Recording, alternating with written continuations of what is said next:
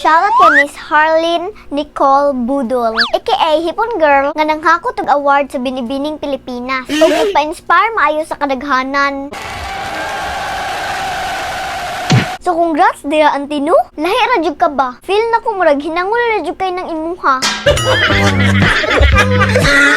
Charis, bitaw laban uy. Maski dili jud ikaw ang nakadaog. I mean first runner up ka, pero laban na pud nimo ang total prize ni Miss Cebu nga si Miss Nicole nga Binibining Pilipinas 2022. Oops, chika na pud nas uban ha. Di kita sure ding dapita.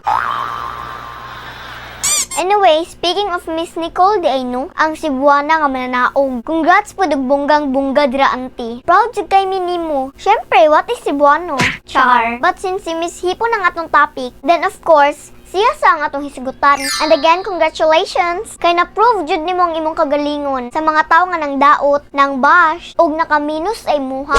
True jud ang chika, nga kung kinsa tong mga gipaubos, mao pud ang ipataas sa Ginoo. Bisag daw nakapag-ayo, bisag ipatsakitan kapag ayo, and bisan pa man sa tanang kalisod nga imong giagian, at the end of the day, is night.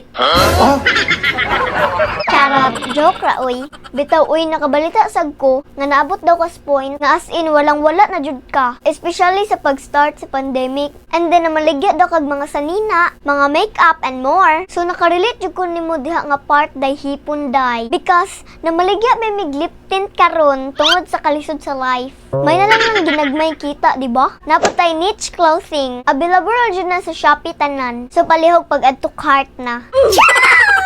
O di ba nang budol ra?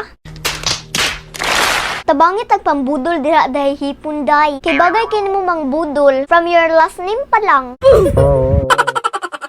So anyways, walay sayop sa maninda ha. Di na ikamino sa atong dungog. Di magol kung ingnon ka nga. Uy, naninda na lang day ka? Uy, bisag unsa na lang negosyo ang gisudlan. At least, di ba? You're not just sitting there. Nga naingon kag si Juan Tamad nga nagpaabot ra mahulugan og mangga. Ay, mangga ba to?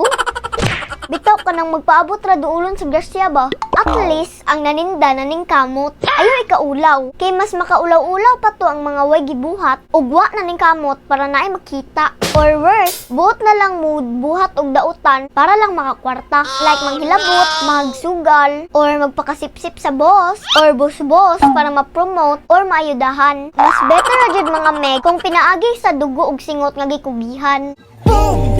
So again, ayaw ninyo ikaula kung namaligya ra mo, whether you are seller or reseller or what. And just like Miss Harleen Nicole Budol, aka Hipon Girl, never ever give up. Just believe in yourself and keep on dreaming. Way sayop sa mga nduy. Suma!